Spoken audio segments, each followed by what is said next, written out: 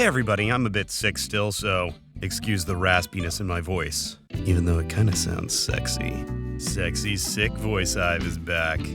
Oh yeah. I like to pride myself on the fact that I have played pretty much every major MMO released in the past 2 decades. Actually, that's a little sad now that I think about it. I'm old. Depressing personal achievements aside, there's one I haven't played. RuneScape. Talk about a major omission. RuneScape may be one of the biggest MMOs ever, and I've just never played it. I blame you, EverQuest. You and your alluring cover art.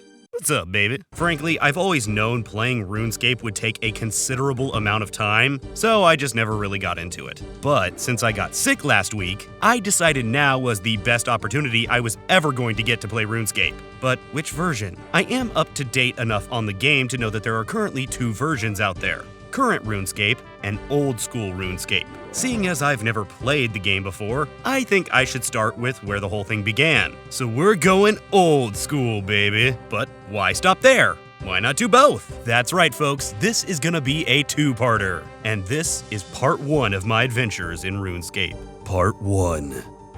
Old School. Now keep in mind, this is from 2001, so things are gonna look a little 2001-ish. But good gameplay is good gameplay, regardless of how it looks. Right? Right? Maybe. Going in, I knew what I was going to be looking at because RuneScape's reputation is well known. Grinding. Lots and lots of grinding. I'm really okay with that. It's been a while since I've done some good grinding, I should rephrase that. First up though is the tutorial. Here you'll learn about movement, which is click-based, interacting with items and NPCs, which is click-based. There's a lot of clicking in this game. Not a bad thing, just saying. Movement is a bit odd in RuneScape, as you can only run for a limited amount of time based on the amount of energy you have, and it gets used up pretty quickly. So you'll find yourself walking a lot. Patience is a virtue in this game. Unless you don't happen to have any. God damn it, just go! The tutorial spends quite a bit of time on crafting, as it plays a large part in RuneScape. You'll use crafting for all sorts of activities. You'll need to chop down trees for wood to make fires, which you'll use for cooking food, which you can get from fishing or an assortment of other activities. And to get the tools you need to do some of these things, you'll need ore to craft the tools. I think you get the idea. Combat, at least in the early game, is pretty simplistic. Using a sword, you just click on an enemy and swing away.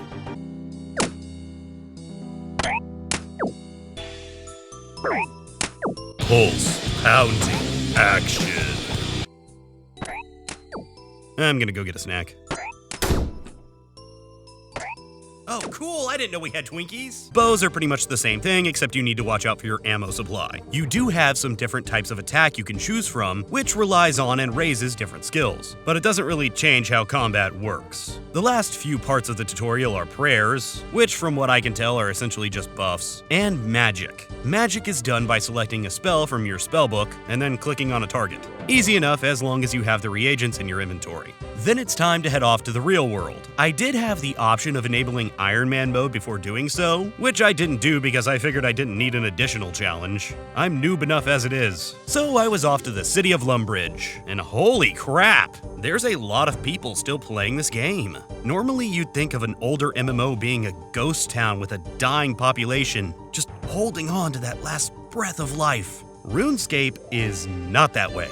I was constantly amazed at the sheer number of people I saw in just about every area, and a lot of them weren't even bots. That's crazy. From here, I was told I basically had 3 choices to make some money: do crafting and trade, quest, or go kill some stuff. I took on a few quests here and there. They mostly involved a lot of running around and fetching stuff. However, the interesting part was some of the steps you needed to go through. For example, to get flour for the castle's chef, I had to get some grain, then go to the top of the mill, throw it in, and then grind it into flour. And none of this is really told to you, you just have to figure it out. Sure, it added some extra steps, but it's what one might call immersion. It could also be called annoyance depending on your level of tolerance. RuneScape also seems to have a good sense of humor about itself. This farmer needs you to go shear his sheep, but warns you to be careful of the thing, a monster. Supposedly. No one really knows what it is or if it even exists, but it leaves you to ponder what it could be. It's a pair of penguins wearing a sheepskin.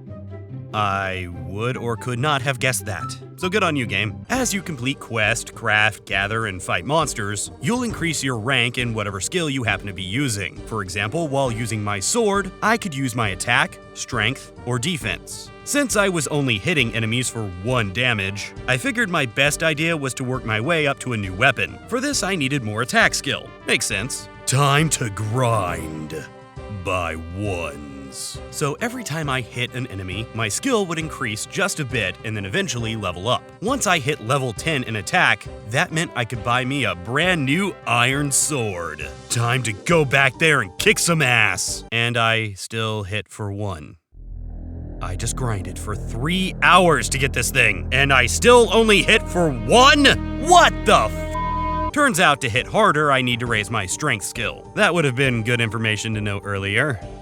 Good to know. It was at this point I started to realize just how long I was going to need to play RuneScape to get anywhere of substance. Answer: a lot. RuneScape is not for the faint of heart. It would take some serious commitment, which I don't really have time for. I want to get to the current version at some point. Yet, I can definitely see why people like this. It has a large open world with lots to do, a good amount of immersion, skill-based progression, and quite frankly, the whole thing just feels like a virtual world. Now, there were some things I didn't much care for in the old school version, such as the low draw distance. I may be stupid, but I couldn't figure out any way to increase it. And the longer I played, the more interested I became in just how different the current version actually is. So in my next RuneScape adventure, I'm gonna cover the current version and then pump some more time into whichever one I like more. Oh my god, I hit for 2! That's it, I can't top that. We're done here, everybody. Nothing left to see. Goodbye! And that was part 1 of my adventures in RuneScape. If you're new here, make sure to hit that subscribe button for future videos. I try to put one out every week unless I get the flu. Make sure to follow me on Twitter, Facebook, and Twitch for my weekly live streams. And if you want, you can donate to the channel through Patreon like these other amazing people. They're all really good Brawlhalla players, you'd be surprised.